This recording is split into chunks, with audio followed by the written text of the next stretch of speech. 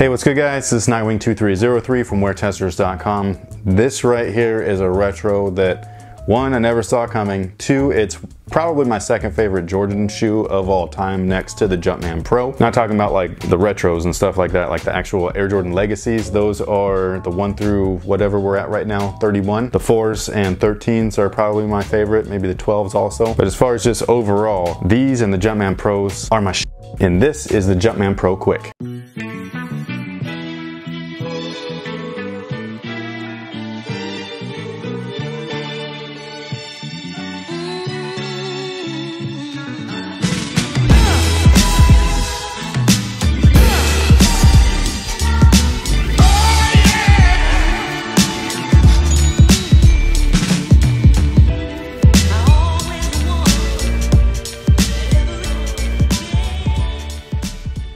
Funny story is that I had these not too long ago, about last year. They were my original pair, and I had them for so long that when I had gotten rid of a ton of my shoes, I got rid of like most of my sneakers last year. I didn't announce it because I didn't feel like it was necessary. But I had the originals. They got mixed up in the batch of stuff that I was giving out or getting rid of, along with my original Air Jordan 13 low chutneys, which, so those two, some of my favorite sneakers, and they're gone.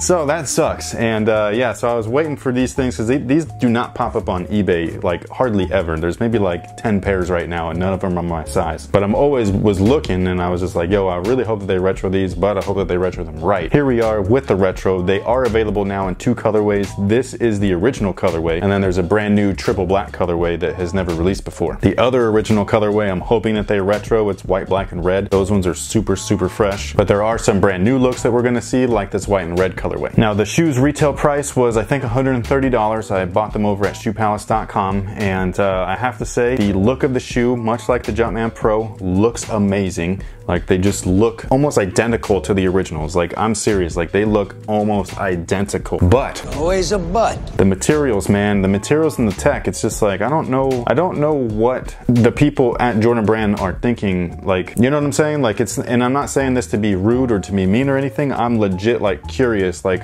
why are you knocking off your own shoes? Because this right here, this is not like the original. There's no tech in the midsole as far as I could feel. Like, it feels like it's just foam, and the originals had an air unit in the heel and then an articulated air unit in the forefoot. You guys use a nice leather right here on the white mid panel, but then the black portion is straight up vinyl. Like it's fake leather. It's the same stuff that you guys are doing on the toes of the Air Jordan 13s, where it's just like all of the shoe is so good until you get to that point, and it's like you can ignore it, sure, but why do that? You know what I mean? Like, why don't, it's such a little space, like why don't you just put real leather on there? Like, I just don't understand. So I'm not as bummed about the choppiness of these guys compared to the Jumpman Pro, mostly because they look spot on. Like, if I wasn't gonna wear these and I ran into these, I would have to second guess, like, are these the originals? You know what I'm saying? Like, if I was just looking at them, feeling them in hand and trying them on in foot, they're definitely not the original. Like I said, fake leather, no tech, all that stuff. The originals were super comfortable. I loved playing basketball in those. I bought these with the intention of playing basketball because I like playing in retros, but I like with no cushion, I doubt I'm going to. So you can see the outsole features herringbone. This was in an era where you didn't get too much storytelling. It was usually always like herringbone somewhere. You might have some kind of like design like this, but there would always be herringbone on the shoe. I really liked that era because a lot of the shoes, they didn't like suffer in the traction department like a lot of shoes do today. On top of that, this rubber is just durable, so you can play in them indoors, you can play in them outdoors, it doesn't really matter. Then the color that you see along the outsole and the stripes or accents of the shoe used to be called ultramarine. Now they're calling it varsity royal. It looks identical to the original, like I said before, so whatever it is, don't really care what the name is, they look amazing. And then you can see the weird, just fake texture in the black leather, along with the nice texture within the actual genuine leather along the upper panel that is done in white. A couple of differences that nobody would notice or care about between these and the actual original shoe is that the piping right here is done in white, and the originals it was black. And then this little eyelet right here is like kind of like purple and sparkly, whereas the originals had like a metallic kind of chrome purple finish to it. And then the last thing is that the texture on the midsole is not exact to the original, but it's definitely close. I absolutely love the stripe design that goes down the toe and the heel, and it says Jordan on there. I mean, it was just such an awesome thing. Back then, like, this was new, you know what I'm saying? Like, these guys had it and the Jumpman Pro Strongs did it. The Pro Strongs didn't go all the way to the toe. They ended right about here, but I thought it was dope. And the Pro Strong was worn by Vin Baker. He was in Seattle at the time. Eddie Jones wore the shit out of these while he was in LA, and those are like the first two like signature athletes of Jordan Brand. Even though they didn't have their names attached to them, it was still really cool to see Jordan Brand at that time just do their own thing aside from Michael Jordan. It was super dope, man. It was so cool, and the shoes were so affordable. I think the original price of these was like a 99 bucks or something like that. It was insane. But yeah, this is less of a review and more of me rambling. I apologize about that. If you guys are interested in these, they do fit true to size, so that's what I would go with. I do not know if this fake leather like stretches and stuff, so wide footers, try them on, you know what I'm saying? Like if it was genuine leather, or at least like some type of leather, it would stretch over time with you like wearing them and breaking them in, but this vinyl crap, I don't know what it does, so you're on your own there, sorry. But yeah, I will actually wear these casually. Again, I think that they look fantastic. I love the shoe. I wish that I had my original pair still after getting these, just because there is no beating them. Like, they used real materials, real tech, all that stuff. It was just, they were far superior. And for back then, that's the thing that really gets me, man. We're so far advanced today than we were 20 years ago, yet Jordan Brand is so far, like, I don't know what to call it. What do you call it? They've receded so far back, you know what I'm saying? Like, I don't know what else to say. To have a shoe that was superior originally to the one that's re-released now, to me, it does not make much sense. It makes perfect sense from a business standpoint, which is like mass produce them, make them out of materials, people will buy them because it's got a Jordan logo on it. I get that. But you can still find like cheap actual leather, you know what I mean? Like, it could be like really thin cuts and stuff like that.